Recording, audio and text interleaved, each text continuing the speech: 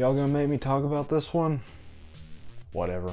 Halloween 5: The Revenge of Michael Myers was released in 1989, directed by Dominique Othenin Girard, I believe that's how it's pronounced, starring Donald Pleasence and Danielle Harris. And yeah, I'm not a fan of this one. So let's go ahead and start this review, starting off with the good. And there's a tiny bit of stuff that I like, I guess. Let's go ahead and talk about that. Donald Pleasence does do a good job as Dr. Loomis. Although I'll talk about how his character was handled later, I thought he did a good job, even though he felt like he was phoning it in a little bit at this point in the franchise. It's his second to last time as the character because he did die in post-production of the 6th movie, but he does a fine enough job. And then Michael Myers is good, not as great as he should be, but he's watchable. And there were a few pretty good kills in this movie. And then there was the opening of this movie. I enjoyed the opening and the score as well. And aside from that, let's move on to the bad.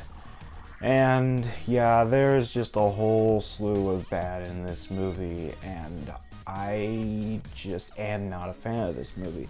This movie does have its defenders, and I respect that, but overall, I was not a fan of this one. So yeah, moving on to the bad, like I said, I was not a fan of how Jamie Lloyd was handled in this movie, because Halloween 4, the ending of that movie, set up for a perfect character arc for her to be the new Michael of the franchise, but Michael is such a popular character, they decided to keep him alive and make Jamie a mute and have it to where she didn't kill her mother.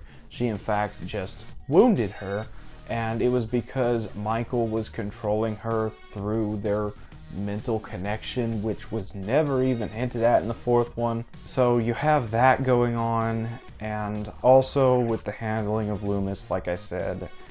Donald Pleasence does a fine job, but they made him so obnoxious in this movie, it's not even funny.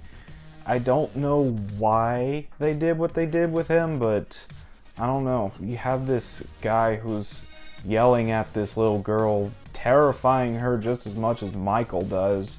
It just doesn't sit right with me with how they're handling probably the most important non-Michael character in this franchise.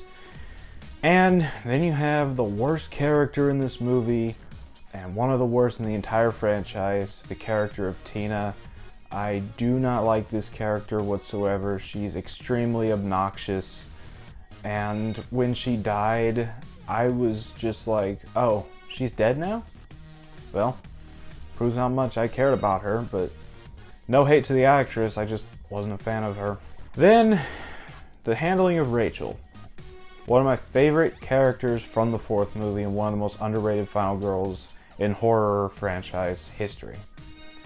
They kill her off within about 15 minutes of this movie starting, and yeah, I was not happy about that at all, because I love Rachel, but they killed her off to give us Tina, who also died in this movie, but whatever. And finally, the Michael mask in this movie is so weird. Like, why is it elongated like it is? Isn't this supposed to be the exact same mask from Halloween 4? How hard is it to get a decent Michael mask past the 1st movie?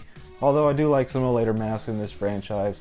Yeah, I hated the mask in this movie. So that's about all for the bad. On to the final thoughts. I do not like Halloween 5. There's a couple good saving graces of this movie, but overall, I was just not a fan. Halloween 5: The Revenge of Michael Myers is one of the worst movies in the franchise, and I dread rewatching it every time I rewatch this franchise, and I'm going to give it a 3 out of 10.